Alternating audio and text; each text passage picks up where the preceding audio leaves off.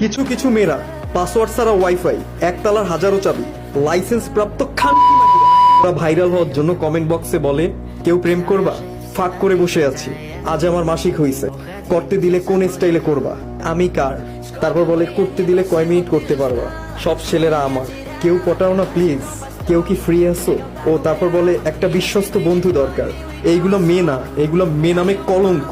এই ধরনের মেয়েদের নিজেদের বিলিয়ে দিতে কোনো কিছুতে বাধে না, না ইজ্জতে বাধে, না সম্মানে বাধে, না বিবেকে বাধে, কোনো কিছুতেই না।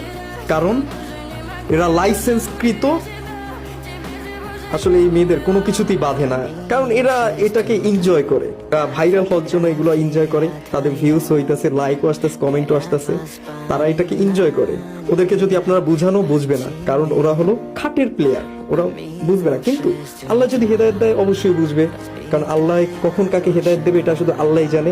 দোয়া করি এইসব মেয়েদের আল্লাহ হেদায়েত দান করুক, ভালো এবং সঠিক পথে আনুক। আর পারলে আমাকে ফলো করে দিয়েন। আর আমার কথার সাথে কে কে একমত তারা কমেন্টে বইলা যাইয়েন। আসসালামু আলাইকুম, সবাই ভালো থাকবেন।